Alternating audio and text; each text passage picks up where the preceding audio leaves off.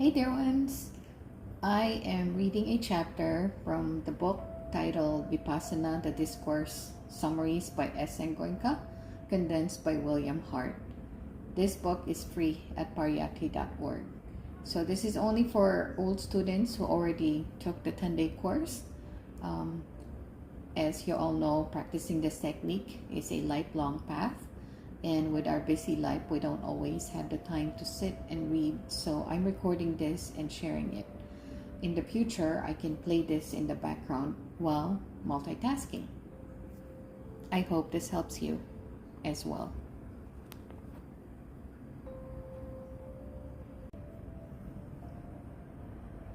Day 7 Discourse, Importance of Equanimity towards Subtle as well as Gross Sensations, Continuity of Awareness, the 5 Friends, Faith, Effort, Awareness, Concentration, and Wisdom.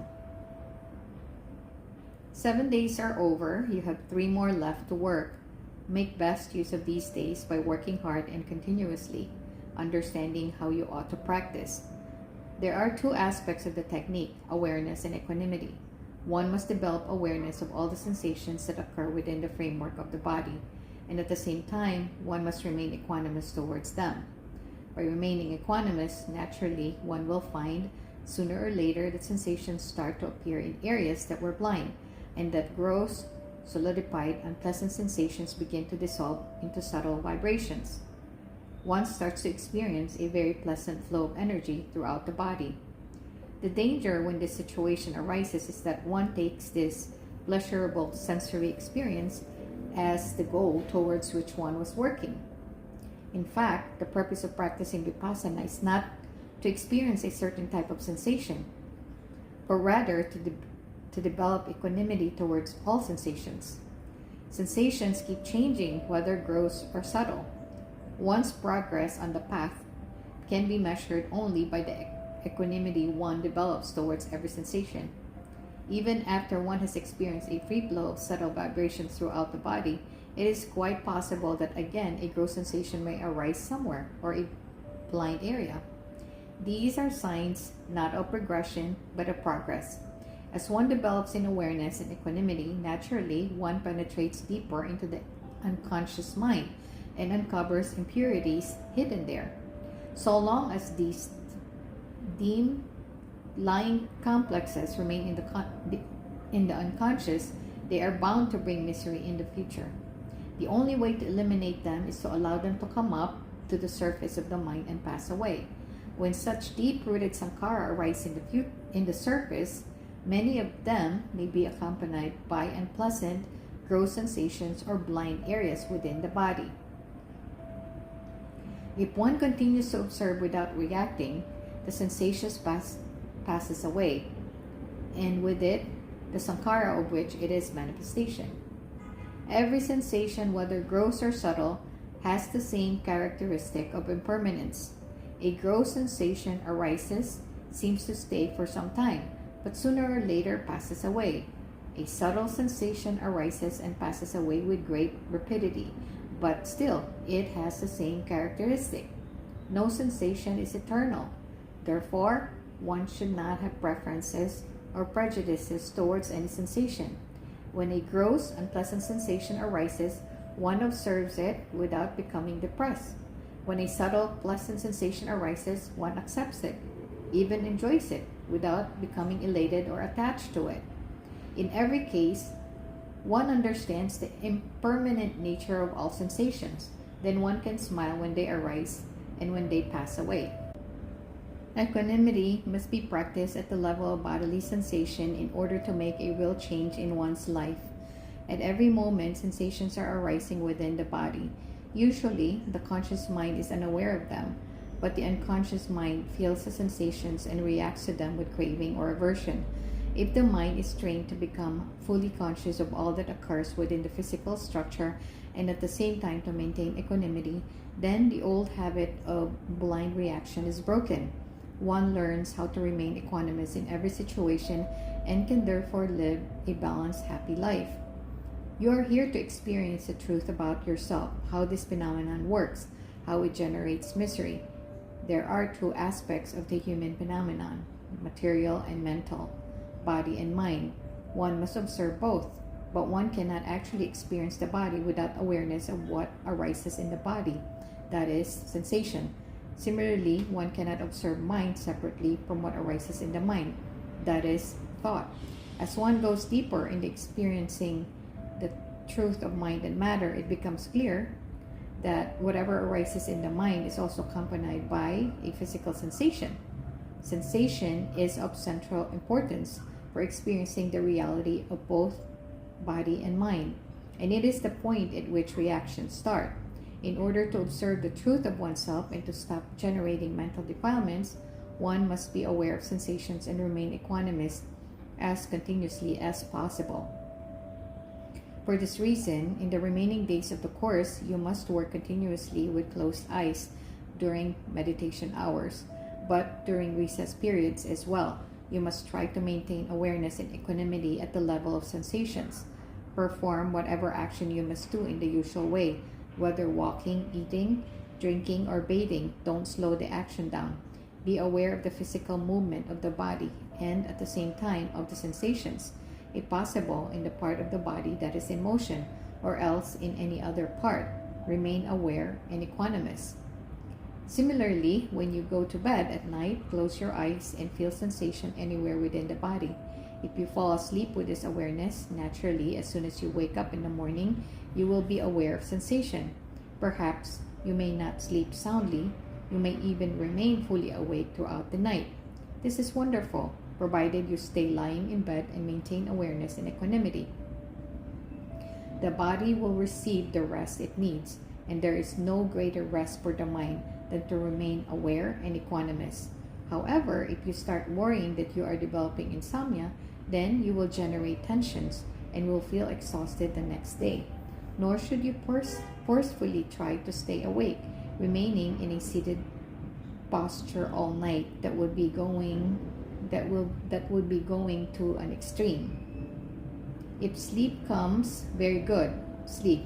If sleep does not come, allow the body to rest by remaining in a recumbent position, and allow the mind to rest by remaining aware and equanimous.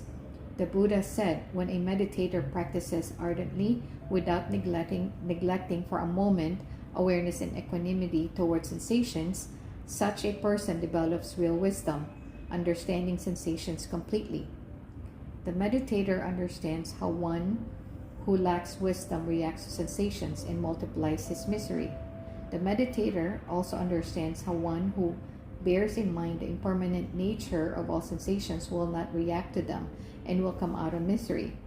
The Buddha continued, with this thorough understanding, the meditator is able to experience the stage beyond mind and matter, Nibbana. One cannot experience Nibbana until the heaviest sankhara have been eliminated, those that would lead to a future life in a lower form of existence where misery would predominate. Fortunately, when one starts to practice Vipassana, it is these very sankhara that arise first. One remains equanimous and they pass away. When all such sankhara have been eradicated, then naturally one experiences Nibbana for the first time. Having experienced it, one is totally changed and can no longer perform any action that would lead to a future life in a lower form of existence. Gradually, one proceeds to higher stages until all the sankhara have been eradicated that would have led to future life anywhere within the conditioned world. Such a person is fully liberated, and therefore, the Buddha concluded, comprehending the entire truth of mind and matter, when he dies, he passes beyond the conditioned world because he has understood sensations perfectly. You have made a small beginning on this path by practicing to develop awareness of sensations throughout the body. If you are careful not to react to them, you will find that layer by layer, the old sankhara are eradicated.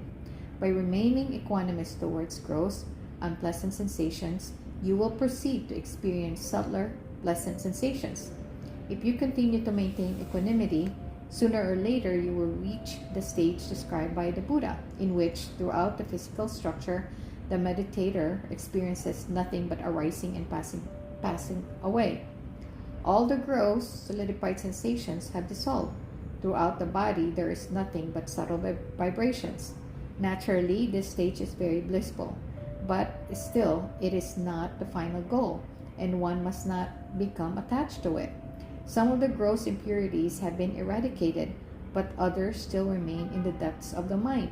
If one continues to observe equanimously, one after another, all the deeper sankhara will arise and pass away. When they are all eradicated, then one experiences the deathless, something beyond mind and matter, where nothing arises and therefore nothing passes away, the indescribable stage of nibbana. Everyone who works properly to develop awareness and equanimity will certainly reach this stage, but each person must work himself or herself. Just as there are 5 enemies, 5 hindrances which block your progress on the path, there are also 5 friends, 5 wholesome faculties of the mind which help and support you.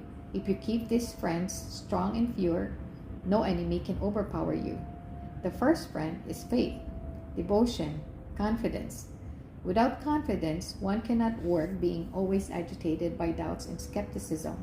However, if faith is blind, it is a great enemy. It becomes blind if one loses discriminatory intelligence, the proper understanding of what right devotion is.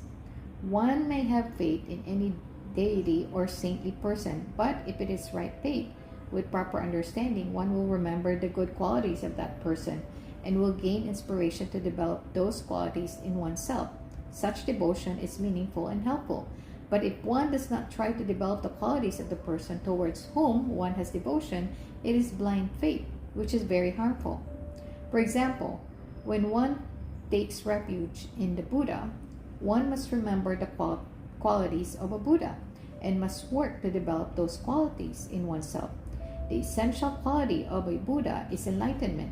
Therefore, the refuge is actually in enlightenment, the enlightenment that one develops in oneself. One pays respect to anyone who has reached the stage of full enlightenment. That is, one gives importance to the quality wherever it may manifest, without being bound to a particular sect or person.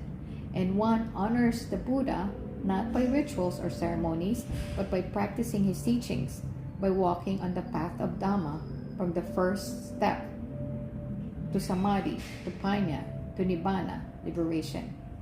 Anyone who is a Buddha must have the following qualities.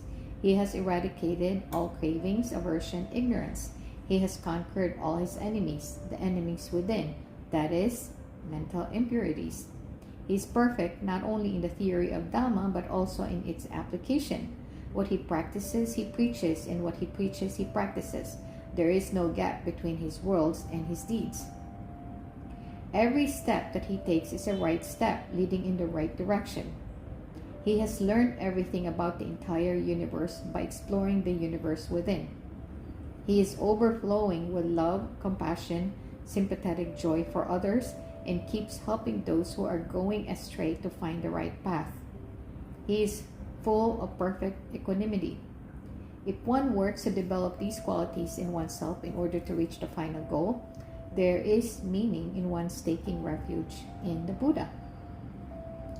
Similarly, taking refuge in Dhamma has nothing to do with sectarianism. It is not a matter of being converted from one organized religion to another.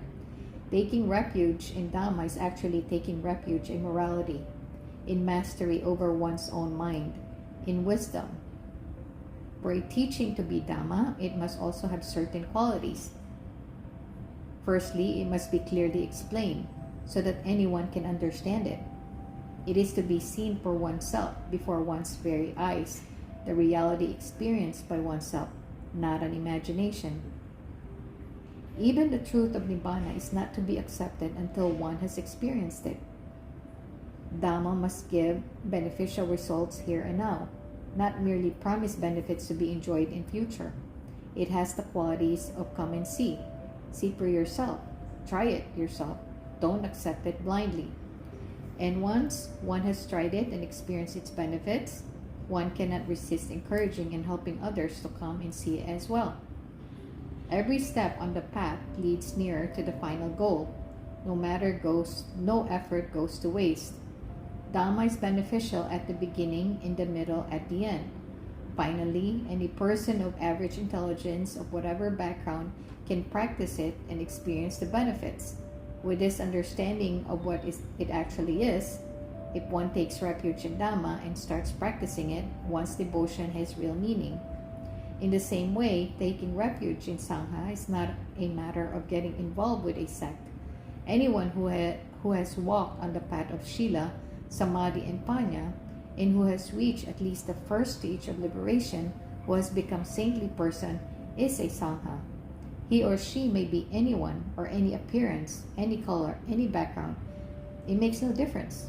If one is inspired by seeing such a person and works to reach the same goal, oneself, then one's taking refuge in Sangha's meaningful right devotion. Another friend is effort. Like faith, it must not be blind.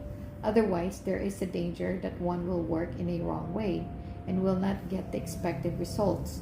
Effort must be accompanied by proper understanding of how one is to work.